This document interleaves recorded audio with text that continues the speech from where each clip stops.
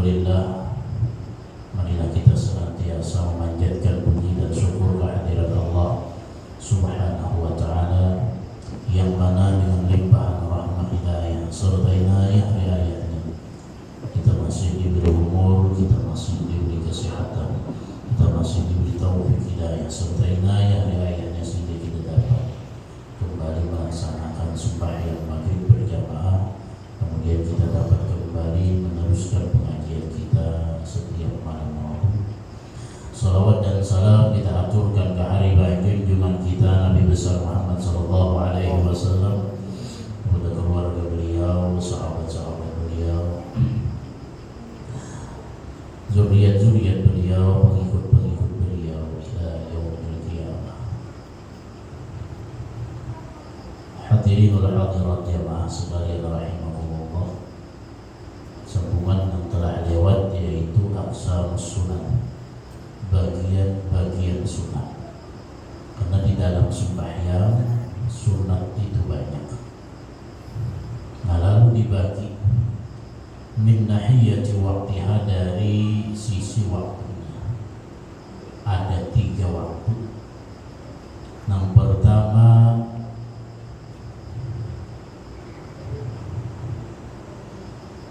sunanun qabla shalah, segala perbuatan sunat sebelum sembahyang. Jadi sebelum mengerjakan sembahyang, ada pekerjaan yang sunat digawe. Contohnya ini secara keseluruhan dulu. Contohnya jisidin kal azani, seperti azan. Wal iqamati, seperti iqamat.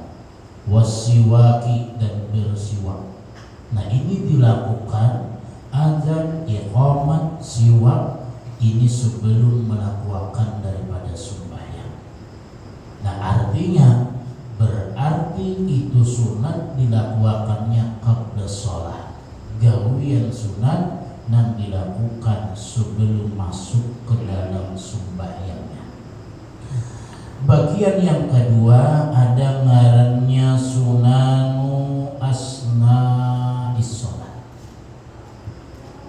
perbuatan-perbuatan sunat yang letaknya itu di dalam sembahyang. Nah, ini sudah masuk ke dalam hal masalah sembahyangnya. Artinya bila sudah masuk Allahu Akbar, masuk ke dalam sembahyang, nah disitulah akan banyak perbuatan-perbuatan sunat.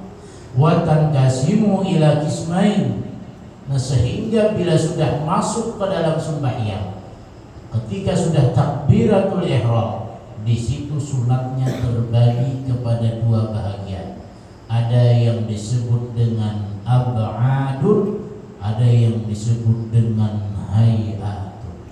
Ada yang disebut dengan sunat ab'ad, ada yang disebut dengan sunat hay'at.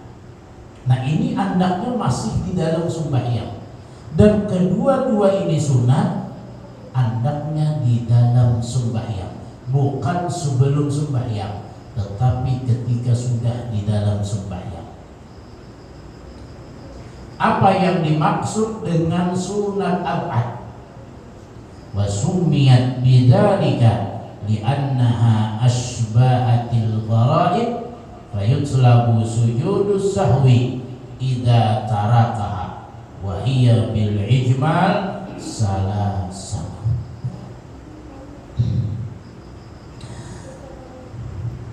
Kenapa dingarani sunat ab'ad? Karena dia menyerupai akan yang fardu. Dia menyerupai akan rukun daripada sembahyang, sehingga dituntut ketika tertinggal daripada sunat ab'ad, dituntut sujud sahwi ketika meninggalkannya. Simpulnya kayak itu. Kenapa dingarani sunat ab'ad? Sunat ab'ad itu sunat yang hampir parak mendekati kepada rukun sembahyang, tapi bukan rukun, tapi tapi hampir hendak menjadi rukun sembahyang. Makanya kalau secara kedudukan sunat ab'ad dengan sunat hayat secara kedudukannya jelas lebih tinggi sunat ab'ad daripada sunat hayat. Lebih tinggi pahalanya sunat ab'ad daripada sunat hayat. Orang ketika kadang membaca tasbih di dalam sujud itu kan sunat hayat, ada jadi masalah. Tapi bila orang sudah tertinggal tahiyat awal, itu bagian daripada sunat ab'ad, maka dia akan disunatkan di akhir sembahyang sujud sahwi. Nah makanya kenapa sunat ab'ad ini menyerupai akan rukun sembahyang, sehingga kalau rukun sembahyang bila tertinggal batal sembahyang. Tapi kalau tertinggal sunat ab'ad, cukup sunat ditambah dengan sujud sahwi. Artinya kalau secara kedudukan tadi jelas sunat ab'ad lebih tinggi daripada sunat hayat karena dia mendekati kepada menjadi rukun sembahyang. Nah sekarang sunat ab'ad itu banyak sebenarnya, bukan hanya sebatas takbir tahiyat awal, tasyahud awal, bukan hanya sebatas kunut. Nah di sini secara global, secara keseluruhan dulu walaupun belum secara rinci, secara keseluruhan disebutkan sidin hanya 3 hal. Di sidin mengarang sunat ab'ad itu tasyahud awal, kunut, dan salawat atas keluarga Nabi di dalam tasyahud akhir. Nah tasyahud awal itu ini apa? Duduk tasyahud awal, salawat atas Nabi di dalam tasyahud awal, berdiri kunut, salawat atas Nabi di dalam kunut, salawat atas keluarga Nabi dan sahabat Nabi di dalam kunut. Itu bagian daripada sunat ab'ad. Tetapi seandainya seseorang kita tinggal tahiyat awal atau tasyahud awal, kada sujud sahwi di akhir sembahyang, sahlah sembahyangnya, sah aja, tetap sah. Kenapa? Karena ia kada meninggalkan rukun, hanya meninggalkan sunat ab'ad. Lalu ketika dia meninggalkan sunat ab'ad, hanya berlaku sunat hanya ditambah dengan sujud sahwi. Seandainya kada ditambahnya, Pak, itu tidak membatalkan kepada sembahyang, tetapi mengurangi daripada kesempurnaan sembahyang. Orang banyak sembahyang subuh kada pakai kunutan, sah ya. Orang Muhammadiyah pun pakai kunutannya sembahyang subuh. Kenapa? Menurut pandangan Imam Syafi'i, berkunut itu bagian daripada sunat ab'ad. Jadi bila kita menggawe kunut, berarti kita mendapatkan pahala di atas daripada pahala sunat hayat. Nah pahalanya itu mendekati daripada menggawe daripada rukun sembahyang. Nah itu sunat ab'ad. Yang kedua ada yang disebut dengan sunat hayat, wahia allati la yutlabu sujudus sahwi ija tarakaha. Sesuatu sunat yang tidak dituntut sujud sahwi apabila meninggalkan daripada perbuatan sunat tersebut. Wahia baqiyatus sunan ghairil ab'ad, yaitu tersisa selain daripada sunat-sunat ab'ad. Artinya di dalam sembahyang ada sunat ab'ad. Bila selain daripada sunat ab'ad, disebutlah dengan sunat hayat. Nah sunat hayat tersebut la yutlabu sujudus sahwi ija taraka, kada dituntut sujud sahwi apabila meninggalkannya. Contoh, orang ketika hendak takbiratul ihram kada mengangkat tangan, kada disuruh sujud sahwi di akhir sembahyang. Orang kada baca tasbih di dalam ruku, kada dituntut di akhir sembahyang sujud sahwi. Orang kada mengangkat, kada mengucap takbir intiqal setiap perpindahan daripada satu rukun ke rukun yang lain, kada dituntut untuk sujud sahwi di akhir sembahyang. Kenapa? Karena itu bagian daripada sunat hayat. Sedangkan sunat hayat kada disuruh manambal apabila tertinggal dengan ditambah dengan sujud sahwi. Jadi kalau kita pahami, bila sudah masuk ke dalam sembahyang, yang berlaku sunat hanya dua, sunat akad dan sunat hayat. Selain dua macam tersebut ada lagi sunat. Nah sekarang mana-mana sunat hayat, kadang alih meminandui sunat hayat. Bila ini selain daripada sunat akad, berarti sunat hayat. Makanya disebutkan di sini wa iya baqiyatus sunan, yaitu tersisa sunat-sunat nang selain daripada ghairal ab'ad, selain daripada sunat akad. Nah di sini langsung dirinci sidin. Awalan as-sunanul lati qabla shalah.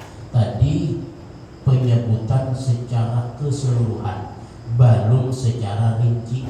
Nah di sini disidin akan menerangkan pertama kali tentang sunat-sunat yang dilakukan sebelum sembahyang.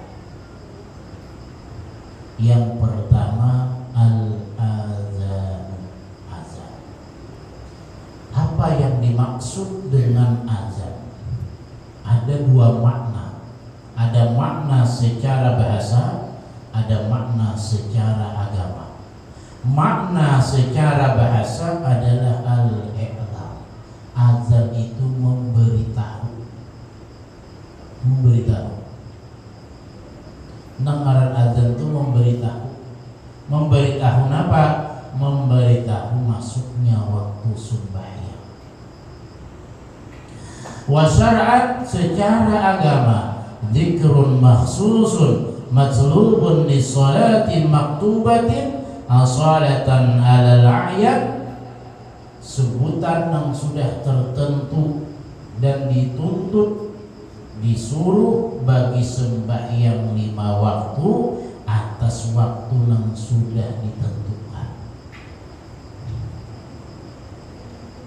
Artinya azan adalah suatu zikir yang sudah ditentukan nang disuruh untuk memberitahu masuknya sembahyang 5 waktu. Ini satu pendapat. Ada juga yang mentakrifan zikrun makhsusun ay zikrun muayyanun bihi wa huwa Allahu akbar ila akhirih. Zikir yang tertentu yang sudah ditentukan sebutannya. Ya nang kayak biasa kita Allahu akbar sampai la ilaha illallah itu sudah tertentu susunannya. Dan nang itu ngarannya azan. Bila selain zikir yang selain daripada azan tersebut, maka kada kau disebut dengan azan. Lain halnya ada ngarannya azan qomat untuk sembahyang tarawih, ada qomat orang untuk sembahyang hajat, ada qomat orang hendak sembahyang hari raya. Nah itu qomat hanya untuk melaksanakan, beda. Nah as-salata jami'ah, as-salata jami'ah, as-salata jami'ah lis-salati 'idil fitri rahimakumullah. Ini suruhan, ini kalimat untuk menegakkan sembahyang hari raya dalam keadaan berjamaah. Itu namanya iqamah, bukan azan. Itu qomat namanya. Sama sembahyang tarawih, as-salata jami'ah, as-salata jami'ah, as-salata jami'ah lis-salati tarawih rahimakumullah. Nah itu qomatnya, bukan azan. Kalau azan sudah ada ketentuan kalimat yang ditentukan, yang sudah disusun mulai kalimat Allahu Akbar sampai kalimat la ilaha illallah.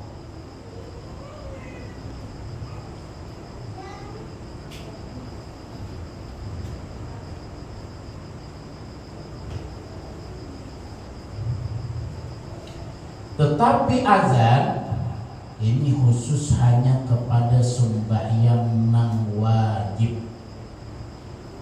Ini bukan untuk sembahyang sunat. Kalau rupanya sembahyang duha azan umpamanya ada di sunat. Ada Artinya apa? Sembahyang nang fardu ain. Adapun orang nang sembahyang fardu kifayah itu kan dia sunat diajarkan. Nah lalu napa? Ada beberapa tempat nang disunatakan azan. Nang disunatakan azan. Yang pertama ketika masuk ke dalam sembahyang. Hanya ketika masuk waktu sembahyang wajib, masuk waktu sembahyang fardu sunat azan. Untuk memberitahu masuk waktunya sembahyang. Satu. Ada orang disunatakan azan ketika hendak turun musafir, tapi musafirnya musafir nang jauh, musafir nang jauh.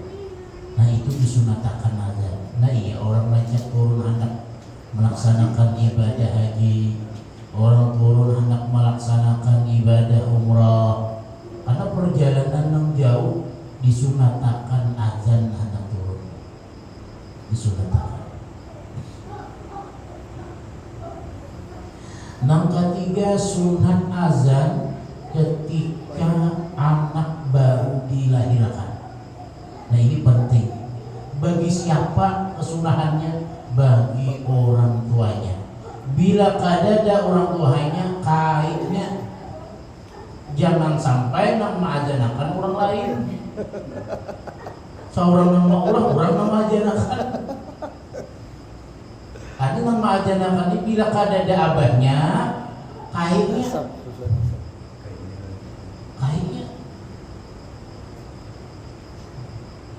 Nah itu hukum sunnah. Kenapa jarang disuruh azan ketika lahir? Supaya apa? Telinga pertama kali yang didengarnya adalah kalimatullah, kalimat nama Allah Subhanahu wa ta'ala.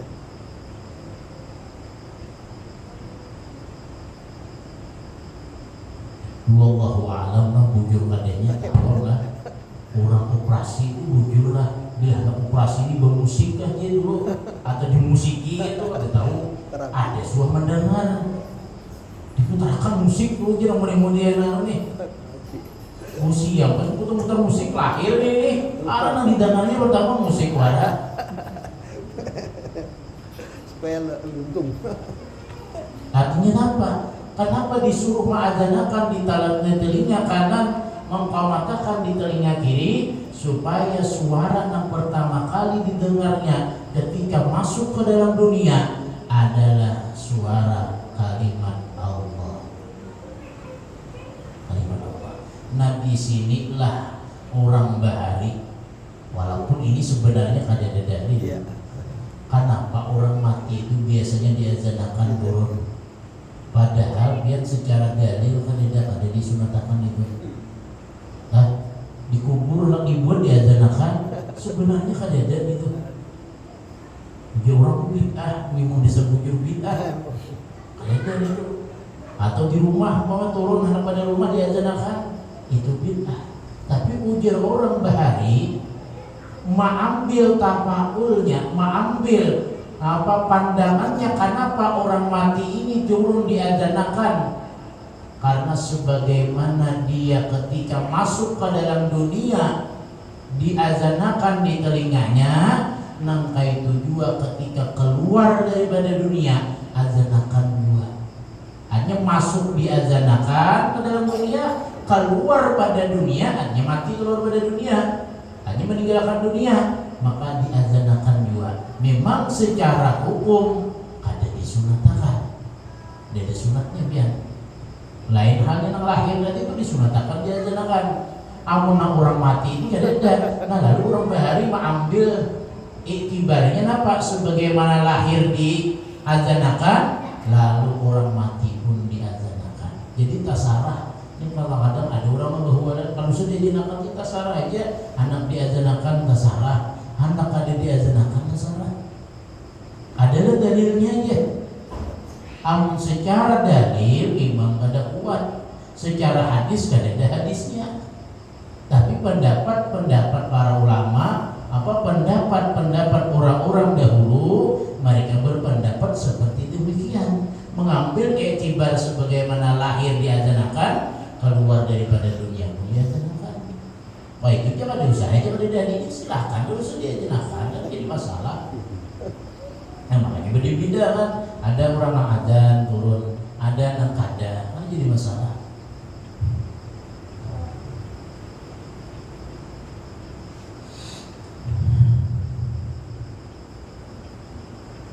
Tapi cukup azannya aja.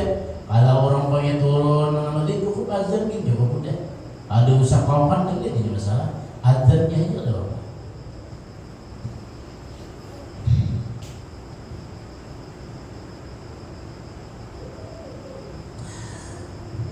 Fadlul azan, keutamaan azan. Allah Subhanahu wa taala berfirman, "Wa man ahsanu qawlan mimman da'a ila Allah wa 'amila shalihan wa qala innani minal muslimin." Orang yang paling bagus ucapannya daripada orang yang memanggil ke jalan Allah dan beramal saleh, maka berkata dia, innani minal muslimin, sesungguhnya aku termasuk orang yang muslim. Artinya firman Allah Ta'ala, yang paling bagus ucapan adalah orang yang mengajak kepada jalan Allah. Salah satu ajakan ucapan menuju jalan Allah adalah kalimat azan. Kalimat azan. Man da'a ila khairin, siapa yang menunjukkan atas suatu kebaikan, maka baginya pahala bagi itu kebaikan yang dilakukan itu orang. Ulun punya menunjukkan kepada biar kebaikan, biar menggawi kebaikan tersebut, ulun akan dapat pahalanya. Nang kayak kedua azan adalah da'a ilallah, orang yang mengajak kepada jalan Allah. Siapa yang terpanggil kepada panggilan azan tersebut, saitulah pahala yang didapat oleh orang azan. Si A azan umpamanya, nang terpanggil umpamanya 20 orang yang musalla sembahyang jamaah, nang 20 orang itu akan dapat pahala. Siapa yang mengiau tadi? Orang mengiau si A azannya sehingga tak kumpul 20 orang, maka si A yang seikung azan tadi akan dapat 20 pahala dari orang yang mengajak tadi deh, yang terajak daripada kebaikan yang dikiaunya tadi. Bahkan dalam sebuah hadis riwayat daripada Sayyidatuna Aisyah, qala sallallahu alaihi wasallam, yughfaru lil muadzin muntaha adzanihi, diampuni bagi orang yang adzan ketika selesai daripada azannya. Wa yastaghfiru lahu kullu rabbin yabisin, dan memintakan ampun baginya setiap sesuatu yang basah dan yang kering.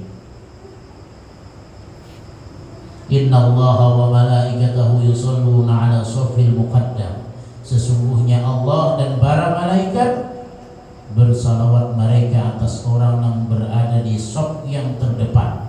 Wal muazzinu, dan orang yang adzan, yughfaru lahu mudda sautihi, diampuni baginya selama dia mengeluarkan suara adzan tersebut.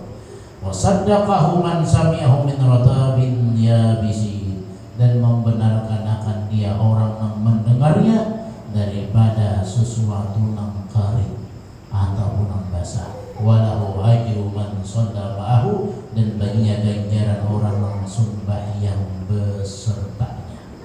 Nah ini hadis menyatakan keutamaan azan dan keutamaan orang yang berada ketika sembahyang di shaf yang pertama. Allah dan para malaikat bersalawat atas orang yang berada di shaf terdepan. Kan ketika sembahyang mungkin ada shaf 3 shaf, 4 shaf susunannya. Yang paling afdal itu di shaf pertama. Di shaf pertama yang paling afdal itu di posisi kanan daripada imam. Berarti ibarat kita di sini, berarti posisi sini yang paling afdal. Tapi kita kan tuju posisi kiri pada imam supaya kan kelihatan imam. Padahal yang afdal itu di posisi kanan. Makanya yang dipandang oleh Allah Ta'ala dalam sebuah perkataan ulama, ada yang mengatakan hadis, ketika orang sembahyang berjamaah, yang dipandang itu ketika pertama kali adalah imam. Bila sudah imam itu dipandang, kadang menghasilkan menghasilkan suatu kebaikan dalam sembahyang, maka yang dipandang itu shot pertama. Imam ini diitihi dulu khusyuk kadang. Bila ini sembahyang imam ini khusyuk, maka sembahyang seluruh jamaah yang ada baik laki-laki binian bayataqabbalullahu salatahu. Allah akan terima sembahyang mereka seluruhnya. Jadi imam dia sebutin khusyuk, selesai dia berjamaah itu. Nah, setelah imam diiti oleh Allah Ta'ala hati imam, rupanya tidak ada kebaikan dalam hati imam, kada khusyuk juga, maka Allah mengalihkan pandangannya kepada jamaah yang berada di saf pertama. Di saf pertama orangnya 15 semuanya atau 10. Dari yang 10 ini saya hitung aja dengan khusyuk. Bayataqabbalullahu salatahu. Dengan berkat saya hitung ada yang khusyuk di saf pertama, seluruh saf yang ada di belakang diterima sembahyangnya oleh Allah. Nah, imbah saf pertama hanya saf kedua, hanya saf ketiga, hanya saf keempat yang dipandang. Seandainya seluruh jamaah imam dan jamaahnya ada dalam khusyuknya, maka Allah memandang kepada mereka hakunnya melaksanakan sembahyang berjamaah. Maka Allah menerima sembahyang mereka dengan memandang hakunnya mereka berjamaah, meninggalkan gawiannya, meninggalkan ini dan itu hanya untuk sembahyang berjamaah. Dengan berkat itu Allah akan terima sembahyang orang yang berjamaah. Nah, yang dimaksud di sini satu, yang dipandang Allah Ta'ala setelah imam itu orang yang berada di saf pertama. Yang dipandang di saf pertama, yang pertama kali yang di sebelah kanan sini. Yang di kanan dulu, hanya yang di sebelah kiri, hanya di sebelah kiri. Makanya kenapa ketika saf yang di belakang, di saf di penuh melulah. Ketika mengisi di saf yang di belakang, yang didahulukan jangan yang di kiri diisi, yang sebelah kanan dulu. Sebelah kanan dulu. Makanya sop yang diisi itu sebelah kanan dulu dihibaki sebenarnya. Walaupun harus diratakan, tapi dahulukan sebelah kanan. Makanya kenapa bila ini posisi sembahyang, umpamanya seikum imam seikum, jamaahnya seikum, maka beradalah jamaah yang seikum di sebelah kanan. Karena disitulah sunatnya. Yang di kanan dulu yang diutamakan. Yang di kanan. Jadi kalau dalam perkataan ulama tadi, ada mengatakan hadis bahwa sembahyang berjamaah itu yang anggap 99% sembahyang itu diterima oleh Allah, asal satu cukup syarat sah sembahyang, dan kedua terpenuhi daripada rukun sembahyang. Masalah khusyuk nomor 2. Yang penting sembahyang berjamaah ya. Yang penting berjamaah terpenuhi syarat sahnya sudah penuh. Hanya dipenuhi berataan syarat sah sembahyang, rukunnya terpenuhi, biar jangan tapi khusyuk sembahyang asal berjamaah diterima oleh Allah sembahyang. Kalau menurut daripada perkataan tersebut. Nah, jadi di sini dapat salawatnya Allah, dapat salawatnya malaikat. Arti salawatnya Allah yaitu rahmatnya Allah. Arti salawat malaikat adalah permintaan ampunnya malaikat kepada Allah terhadap itu orang. Artinya istighfarnya malaikat. Nah, yang kedua yang dapat salawatnya Allah dan salawatnya malaikat adalah wal muazzin, orang nang azan. Nah, ini istimewa. Mana kaina dua, mana azan, mana berandak di saf pertama, double ngarannya.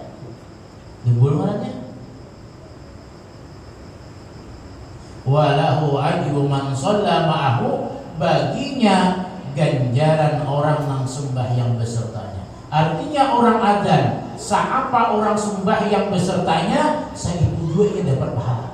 20 orang kita berpahala. Dan tanpa mengurangi pahala 20 orang tersebut. 20 orang ini jatah pahalanya 50.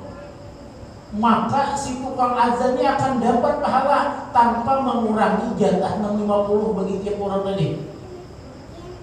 Kenapa? Karena dengan sebab dialah orang tak kumpulan sembahyang berjamaah.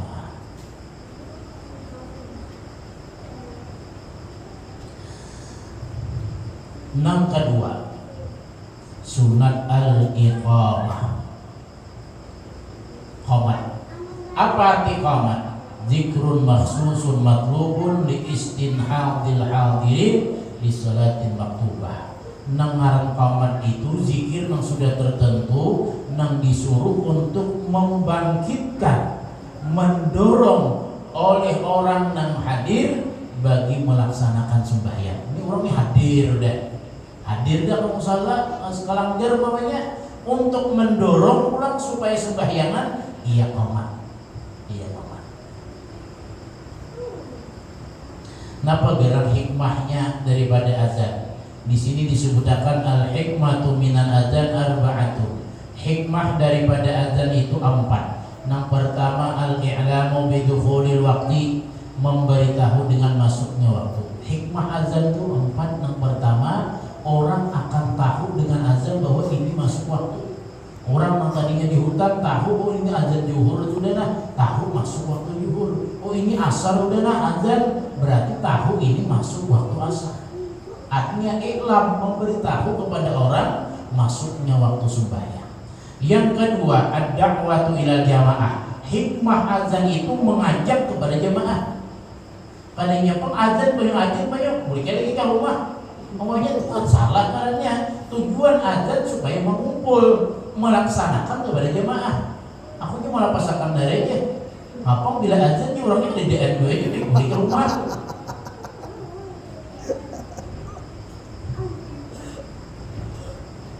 Yang ketiga, al-i'lamu bimawdi'il jamaah. Yang ketiga, memberitahu adanya tempat sembahyang berjamaah. Artinya ketika orang memandangkan azan, bukan hanya sekadar memberitahu masuk waktu, bukan hanya sekadar mengajak kepada sembahyang jamaah, tapi dia memberitahu di sinilah tempat sagan sembahyang berjamaah. Artinya siap melaksanakan sembahyang berjamaah. Yang keempat, izharu syiaril Islam, menampakkan syiar Islam. Artinya azan adalah bagian min syairil Islam, syiar Islam. Artinya nampaknya keislaman di tempat seseorang itu ketika azan berkumandang. Artinya nampak syiar Islam itu berkembang. Tapi ketika di tempat tersebut kada nampak azan, berarti kada nampak syiar Islam. Nampak syiar Islam.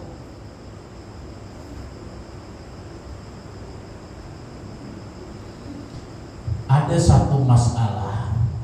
Di sini disebutkan sidin ayyuhumal afdal, al-azanu amil imamah. Ini jadi pertanyaan. Mana afdalnya, orang azan atau jadi imam? Hakun azan kah atau jadi imam kah? Mana afdalnya dari dua ini? Azan kah yang afdal daripada jadi imam, atau jadi imam kah afdal daripada azan? Bila hendak mana azan, mana jadi imam, dapat menyatakan dua ini.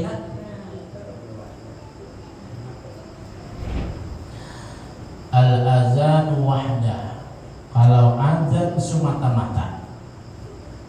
Azan semata itu azan wara, ada qomat. Afdalu minal imamah, lebih afdal daripada imam. Biar banyak azan maghrib tadi, itu lebih afdal biar daripada ulun menjadi imam pahalanya biar. Menurut Imam Rabi, wal adzanu ma'al iqamat, azan beserta qamat. Si A di mana azan mana qamat, afdalu minal imamah inda Imam Ibnu Hajar, lebih afdal daripada jadi imam menurut Imam Ibnu Hajar. Makinnya menurut Imam tadi, menurut Imam Ramli, menurut Imam Ibnu Hajar, ketika orang sudah azan dan qamat itu sudah membuat dirinya lebih afdal daripada orang menjadi imam. Maka biasanya azan ini kan berisiko, menjadi imam berisiko. Artinya harus bujur-bujur banget tuh, bacaan bujur, mamanya ini dan itu. Wal imamah afdalu mutlaqan indal Imam Rafi'i, menurut Imam Rafi'i jadi imam itu lebih afdal secara mutlak. Nah ini Imam Rafi'i saya hitung aja pendapatnya yang mengatakan imam lebih afdal daripada azan. Nang dua tadi Imam Romli, Imam Ibnu Hajar mengatakan orang nang azan dan orang nang azan dan qomat lebih afdal daripada jadi imam. Tapi ujar Imam Rafi'i, orang jadi imam lebih afdal daripada orang nang azan. Kenapa? Liqiyamin Nabi biha, karena melaksanakannya Nabi dengannya. Kenapa orang imam itu lebih afdal daripada itu azan? Karena Nabi menggawi jadi imam. Ada Nabi azan? Ada. Tapi Nabi jadi imam. Nah karena alasan itu Imam Rafi'i mengatakan menjadi imam lebih afdal. Wali anna fardu kifayah, karena bahwasanya jadi imam itu hukumnya fardu kifayah. Khilafan lil Imam Nawawi, bersalahan bagi Imam Nawawi, fa innahu al azan afdal. Menijau Imam Nawawi azan itu lebih afdal daripada jadi imam. Nah, biasanya apa? 3, Imam Romli, Imam Ibnu Hajar, Imam Nawawi mengatakan azan lebih afdal daripada jadi imam. Saikung hanya mengatakan imam itu lebih afdal daripada azan. Berarti mana menangnya? 3 lawan 1. Nyata yang mana 3? Artinya kalau kita simpulkan azan itu lebih besar pahalanya daripada jadi imam. Imamnya ada pak imamnya aja. Muka ada azan orang ada di tangan biar. Ada di tangan ku jangan. Walaupun talamban juga aja tetap aja di tangan. Asal ada azan. Mun pajangan saya itu menunggu kain aja ujian turunnya. Kain ada ajan disuruh kain aja pas kadiran ajannya. Pas kadiran ajannya padahal al-azan afdalu minal imamah. Azan itu lebih afdal daripada jadi imam. Ini satu pendorong, satu motivasi bagi orang nang azan bahwa orang nang azan itu pahalanya lebih besar daripada jadi imam. Mungkin jadi imam hanya memimpin, tapi orang azan adalah membawai orang berjamaah. Siapa nang masuk ke dalam musola, siapa nang masuk ke dalam nangjar karena ingin mengiyawi dengan azan, seitu juga pahalanya. Mun imam kadang itu pahalanya. Makanya dalam hadis Nabi, seandainya manusia itu tahu seapa pahalanya azan, niscaya mereka itu berundi bergesakan anak azan berebut. Daripada tahu pahala negaranya ini, niscaya mereka itu berundi. Artinya apa berundi? Siapa dulu nak karena jadi itu ngajar. Ada menurut kita ada. Menurut kita bestilah berambat ada lagi siapa yang ada ajar. Anda itu. Habis kemudian aqsamus shalawat min jihatil azan wal iqamat, bagian-bagian salawat sembahyang dari jihad sisi azan dan iqamat itu ada 4 macam ila akhirih wallahu a'lam bissawab. Mungkin ini saja yang dapat saya sampaikan, mudah-mudahan bermanfaat bagi dulu dan bagi diri sambil beratan, dan mudah-mudahan Allah Subhanahu wa taala mengampuni dosa-dosa kita, dosa orang tua kita, dosa keluarga kita, dan mudah-mudahan Allah Subhanahu wa taala senantiasa memberikan taufik hidayah serta inayah hidayahnya kepada kita sehingga kita dapat selalu melaksanakan perintahnya dan menjauhi segala larangannya dan menjauhi segala apa yang disunahkan Rasulullah sallallahu alaihi wasallam. Amin ya rabbal alamin. Wallahu muwaffiq ila aqwamit thoriq. Wassalamualaikum warahmatullahi wabarakatuh. Al-Fatihah. Bismillahirrahmanirrahim. Ar-Rahmanir-Rahim. Maliki yaumiddin. Iyyaka na'budu wa iyyaka nasta'in. Ihdinas siratal mustaqim. Siratal ladzina an'amta 'alaihim ghairil maghdubi 'alaihim waladdallin. Amin ya Allah ya rabbal alamin. Bismillahirrahmanirrahim. Alhamdulillahi rabbil alamin. Allahumma shalli 'ala sayyidina Muhammad wa 'ala ali sayyidina Muhammad. Allahumma anfa'na bima 'allamtana wa 'allimna ma yanfa'una wa zidna 'ilma. Alhamdulillah ala kulli hal wa na'udzu billahi min hali ahlina. Wa sallallahu 'ala sayyidina Muhammadin wa 'ala alihi wa sahbihi wa sallam. Alhamdulillahi rabbil alamin. Silakan kalau ada yang hendak ditakutkan.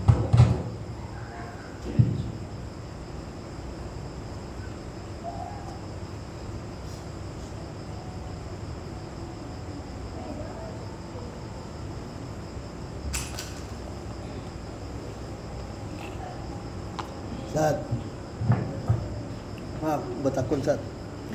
Apa? Orang yang muadzin atau sekarang disebut Bilal kata orang muadzin itu ditentukan imam atau bisa siapa aja jadi muadzin. Maaf. Sebab mungkin pernah dengar bahwa itu ditentukan oleh imam. Kalau muadzin mungkin boleh jadi ada beberapa yang tidak tahu yang waktunya mungkin ada pelanggar atau apa yang tidak tahu waktunya, sehingga itulah yang menjadi polemik terjadi. Gitu. Polemik artinya siapa yang mau muadzin. Nah, itu pertanyaannya, apakah itu ditentukan oleh imam atau tidak?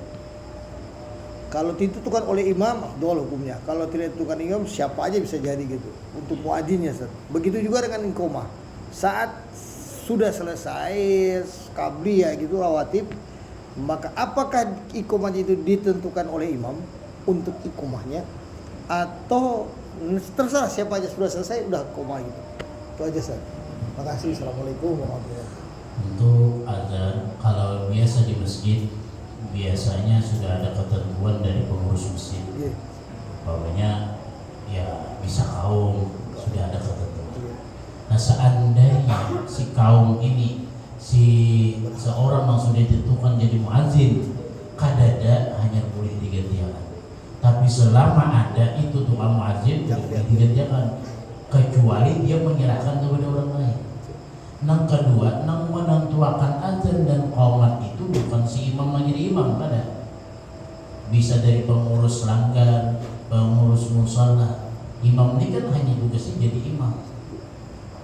Yang kedua, azan dan iqamah itu boleh berbeda.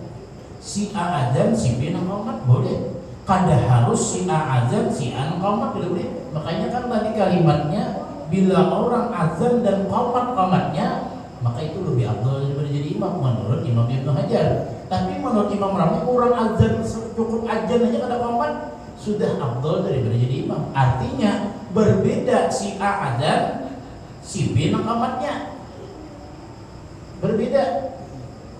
Seikum azan, seikum qamat berbaginya baharanya. Boleh atau kayak itu? Boleh. Kada harus si A azan, si A harus qamat kada. Boleh berbeda. Masalah yang terjadi itu kadang-kalanya ada orang yang datang itu mungkin bisa jadi pingin rawatib atau mungkin baru tasyahud akhir lah, belum salam gitu. Yang orang masuk mungkin karena tidak ditentukan, contoh kondisi dilanggar. Kalau alhamdulillah kalau kondisi di masjid sudah ditentukan siapa yang iqamah, langsung iqamah. Kasihan juga kan, terburu-buru lah. Yang orang si jamaah yang akan rawatib ini nih. Sembahyang sunat. Nah, itu yang masalah. Terburu-buru lah beliau. Yeah. Sehingga ada satu patokan bahwa pas azan dengan iqamah 7 menit contoh, 5 menit. Jadi orang patokan waktu. Oh, ini tinggal berapa menit lagi? Oh, 3 menit lagi. Terpaksa dia harus buru-buru. Jadi ditentukan oleh menit sehingga dibikin gambaran seperti itu. Gimana kira-kira? Mohon maaf. Nah, masalah di sini kan biasanya memang kalau menunggui habis kurang sembahyang sunat hanya kamat. Pasti. Kan tak kamat pejangan, Pasti. apalagi di masjid. Pasti. Kan tak kamat pejangan. Ada lagi sikung lagi ya, belum tentu lagi kan langsung sembahyang sunat ya. Ada lawas nak tentu udah tempat sikung sembahyang sunat. Harus ada langsung ada ketentuan waktu, pokoknya makanya biasanya jam digital ada kalau biasanya di masjid dan untuk ada waktu antara azan dan qomat biasanya bisa 5 menit atau 7 menit. Walaupun jarang juga terpakai juga mempunyai warna beneran. Nah, ini dia sudah merasa habis, artinya orang nang datang ini berpikiran, nang datang tadi nih jangan main yunat dulu. Ini sudah tadi main yunat malah lambat orang. Makanya dulu orang terlambat. Nah, artinya nama nang tadi datang, anak main yunat, akhirnya akan sakit. Kenapa mau bikin orang lambat kamat kayaknya? Makanya bagaimana anak aku sunat anu dia kabuliah aja. Dalam hukum yang boleh kaina imbah sembahyang umpamanya lah mbah sembahyang zuhur pada ingat qabliyah zuhur boleh qabliyah digawe babak dia mbah zuhurnya bahkan digabung langsung pokoknya perkataan punya boleh sebenarnya cara hukum ada yang mengatakan boleh hanya dikabul dalam artian kabul lah artinya tapi sudah taliwati amun ba'diyah digawe di qabliyah tidak boleh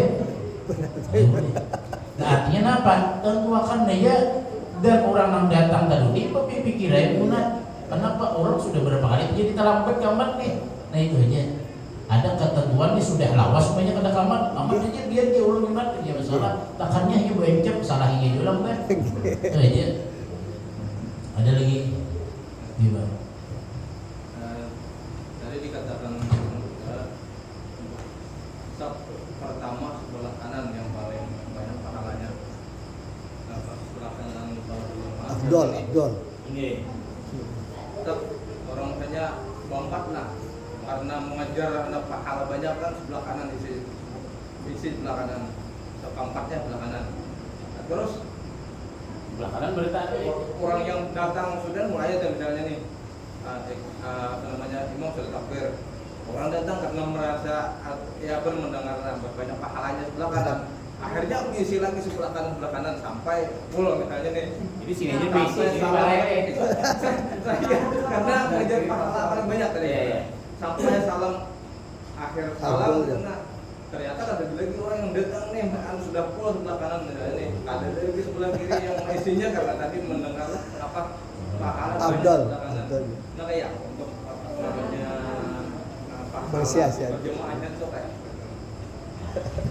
Lalu ada aturan susunan dalam berjamaah. Ketika umpamanya ulun jadi imam sih di belakang posisinya di kanan. Tapi ketika datang pada langsung di kanan. Lalu menyetarakan posisinya. Umpamanya ini ulun sini lah, berarti di sini lah. Nah bilanya datang seikum memposisikan di tengah dulu. Jangan ke sini dulu. Nah kayaknya imbah di sini hanya ke sini ulang.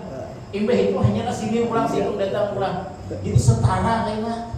Kalau Muhammad mencari sebentar, lalu di sini benar pas luput pulang, itu salah memaham ulang isinya tapi secara aturan. Makanya bila hendak dapat angkot lah kasih gue duduk di sini. Nah di parang ini nih, pilihnya mah hujung terus pas luput penyangan. Lain halnya dasar tempatnya di sini dipindah ada awal lagi ya kan? Jadi di sana. Nah jadi ada aturan, dalam aturan tuh ma'andap di kanan berdahulu hanya ke kiri, di kanan berdahulu hanya ke kiri. Kada maksudnya di kanan terus ada dahuluan ke kanan PCI hanya ke kiri menyetarakan, ke kanan pulang hanya ke kiri. Nah itu menyetarakan, kadanya maksudnya tuh ke kanan berarti. Nah itu maksudnya. Ada lagi materi pelajaran ini. pada saat sholat Jumat sudah naik mimbar, sudah ceramah, tapi ada jemaah yang datang terlambat, tapi sudah ceramah. Nah dari situ baiknya tetap melaksanakan sholat sunat atau masuk hukum mendengarkan khotbah ceramah yang baiknya mana kita. Karena sering kita lihat sudah datang terlambat, Tahiyatul masjid. masuk mimbar sudah ceramah, tapi datang sholat sunat. Ini itu akan arah. Terima kasih. Yang biasanya Bilal, yang biasa Jumat tuh apa ija sa'idal khatibu 'alal mimbar, apabila naik si khatib ke atas mimbar fastami'u wa ansitu lahu, artinya dengari dan perhatikan. Hanya kada boleh menggawin apa-apa, ada boleh. Bahkan dalam hukum itu dia berkipasnya tidak boleh. Hanya bergerak yang sia-sia tuh nggak boleh. Nah sekarang jadi pertanyaan Bapak, ketika orang mau khutbah, bolehkah sembahyang sunat tapi hanya datang? Kalimatnya hanya datang lah. Kalau hanya datang lewat, terlambat datang masuk ke dalam masjid. Nah dalam hukum ketika khatib dalam keadaan sudah khutbah mulai, kita hanya datang ke dalam masjid, kita tetap sunat melaksanakan sunat qobliyah Jumat. Tetapi bila sudah khatib di atas mimbar, sunat tahbib sembahyangnya. Arti tahbib itu ringan, bahasa kita itu ancapi daripada biasanya. Ancapi, jangan bela lambat, ancapi daripada biasanya. Nah bagi orang yang hanya datang, Lah bagi orang hanya datang. Bagi orang yang sudah lawas bagana di masjid ini udah bagana di dalam. Udah lawas bagana di dalam.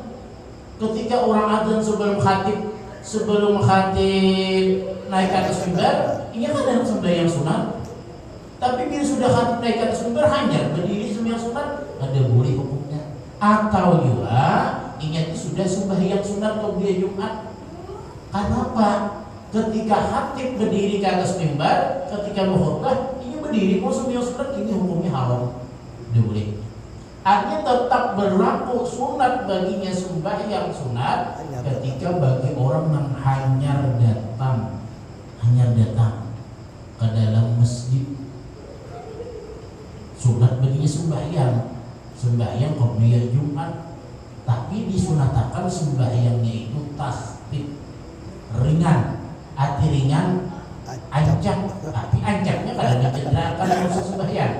Nah itu maksudnya. Amuninya kada haratan khatib di atas mimbar, ada usah tahmid kayak biasa ya. Tapi bila sudah khatib di atas mimbar, ancapi sembahyangnya. Kayak itu maksudnya. Tapi tetap disunatakan dan itu kada merusak kepada Jumat. Kada merusak kepada Jumat. Asal catatannya hanya datang. Amuninya kada hanya datang ada, imbah mencukung di warung lawas. Lawas mencukung di warung para masjid lain bisa. Lawas banget itu sudah datang. Kenapa hanya anak Maimunah sudah hati di atas mimbar? Ada yang boleh itu tidak? Tidak boleh. Nah sama hukumnya kayak ini. Ketika kita kada sembahyang Jumat, ulun pokoknya lah, kada sembahyang Jumat, kada sembahyang Jumat, tapi kada sembahyang Jumatnya ulun karena garing. Maka ulun boleh sembahyang zuhur ketika orang sudah adzan di masjid. Sulit boleh ulun sembahyang zuhur. Kenapa? Karena ulun kada Jumatnya karena dalam keadaan uzur. Tapi ketika ulun kada sembahyang Jumat dikarenakan kada hendak keduk Jumat benar, maka ulun kada boleh menggawe sembahyang zuhur kecuali orang sudah ampihan sembahyang Jumat dulu. Orang selesai itu sembahyang Jumat hanya boleh ulun bagi ulun sembahyang zuhur. Tapi bila orang masih sembahyang zuhur, ulun kada boleh sembahyang zuhur. Apa orang masih sembahyang Jumat, ulun kada boleh sembahyang zuhur dulu, habisakan orang dulu. Kenapa? Karena ulun kada sembahyang Jumat dikarenakan kada ada uzur. Nah sekarang jadi pertanyaan bagi bini-bini bang, bagi bini-bini ketika azan Jumat, azan orang dah, kan masuk waktu zuhur dah, boleh bini-bini kada sarana menghadang orang imbah sembahyang Jumat jadi masalah. Ini ada yang memahami bahkan dia dulu sembahyang Jumat hanya sembahyang zuhur kada usah. Itu bagi bini-bini. Kenapa? Karena bagi bini-bini kada wajib sembahyang, ada bagi sembahyang Jumat, ada wajib bagi sembahyang Jumat. Tapi sudah masuk. Nah bagi laki-laki yang meninggalkan sembahyang Jumat basila, ini ada boleh sembahyang zuhur kecuali untung orang udah sembahyang Jumat. Tapi bagi orang yang meninggalkan sembahyang Jumat dikarenakan suatu keuzuran, garingnya atau hujan lambat umpamanya kada kawa ke masjid, udah azan orang sembahyang di zuhur bapak sah zuhurnya. Kenapa? Karena ini dalam keadaan uzur. Itu penting tuh, biasanya kita kada tahu tuh bini-bini menghadang dulu orang ibadah sembahyang Jumat hanya sembahyang zuhur, padahal ketika azan Jumat itu boleh kita sembahyang zuhur. Ada lagi satu pertanyaan. Babinian. Iya. Satu lagi Pak Ustaz. Itu babinian. Assalamualaikum warahmatullahi wabarakatuh. Bentar Bu, satu lagi dari lakian. Saat lakian dulu. Sudah nyusul dia. Lakian satu lagi. Siap.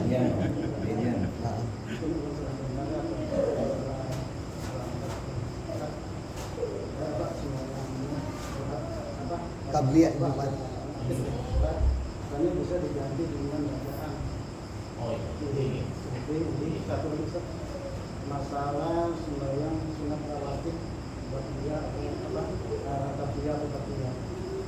Kadang-kadang kita kan kadang-kadang terlambat ke jemaah. Kita melaksanakan itu di rumah sunatnya atau subuh kan melaksanakan di rumah.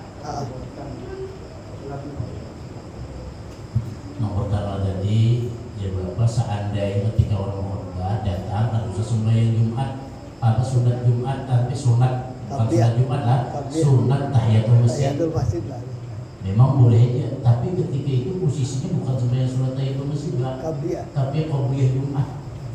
Qabliyah Jumat sekaligus qabliyah. Ketika dia melaksanakan qabliyah Jumat ini sudah tertunaikan tahiyatul masjid. Nah, itu kan kalau diganti dengan kalimat dengan ucapan mengucap kalimat tasbih, ada yang mengatakan 4 kali, ada yang mengatakan 3 kali. Oh, cukup mengucap semuanya subhanallah walhamdulillah wa la ilaha illallah wallahu akbar. Subhanallah walhamdulillah wa la ilaha illallah wallahu akbar. Subhanallah walhamdulillah wa la ilaha illallah wallahu akbar wa la haula wa la quwwata illa billahil aliyil azim. Cukupnya duduk pada usaha menyunat tahiyatul masjid kan di sana. Itu sudah sama ingin menghormati masjid. Digantinya sembahyang dengan kalimat tasbih boleh, tapi ketika hari Jumat itu bukan tahiyatul masjid kaliannya, tapi qabliyah Jumat lah, qabliyah Jumat. Kan. Kecuali kita hendak terserah yang menggawe qabliyah Jumat itu tidak masalah, duduk ya.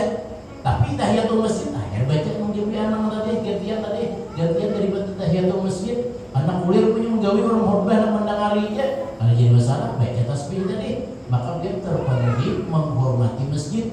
Membacanya berapa kali? Ada yang mengatakan 3 kali, ada yang mengatakan 4 kali. Subhanallah walhamdulillah wa la ilaha illallah wallahu akbar wa la haula wa la quwwata illa billahil aliyil azim.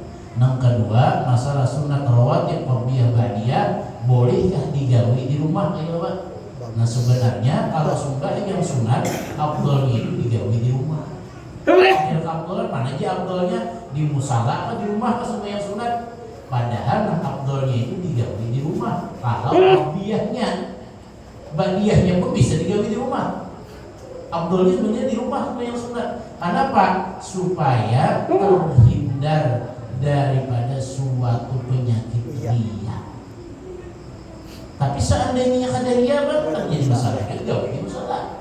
Tapi afdalnya lebih terjaga daripada penyakit ria. Atau penyakit ria itu hendak minta puji orang. Jadi afdalnya itu apa? Mau di masjid itu menyunat, tapi pun bacaan ria di rumah. Di rumah kan ada orang melihatnya. Bahwa itu Di rumah ada yang melihatnya. Nah, lebih afdal di rumah sebenarnya. Kalau secara hukum asal loh, lebih afdal menyunat di rumah daripada di masjid. musola mandar. Itu aja. Jadi boleh aja anak ba'diyah besoknya Isya deh. Pokoknya ibadahnya langsung mulai kayaknya di rumah. Ba'diyah Isyanya itu afdal. Karena Pak lebih menjaga supaya terhindar daripada ria. Boleh. Bahkan ada yang mengatakan itu lebih afdal.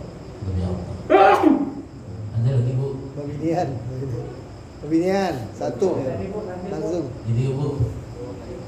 Jadi satu. Ada langsung. Satu lagi Pak Ustaz. Tadi mengenai masalah bayi yang baru melahirkan.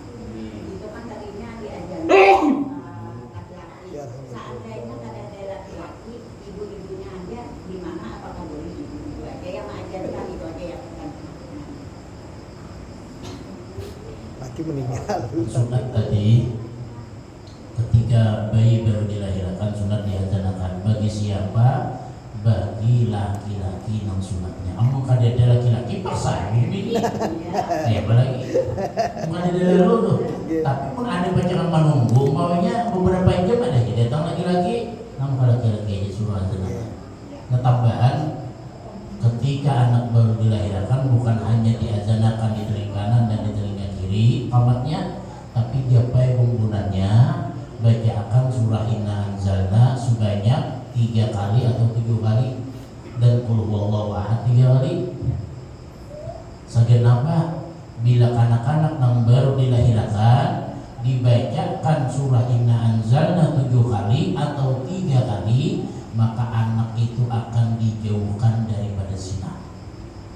Baik menzinahi orang atau dizinahi orang. Ini dijauhkan oleh Allah Ta'ala daripada zina. Itu baik, apalagi bini-bini kita biar anaknya baik mau dibacakan itu supaya apa? Dijauhkan, dipelihara daripada zina. Artinya kadang mau dizinahi orang, kadang mau menzinahi orang.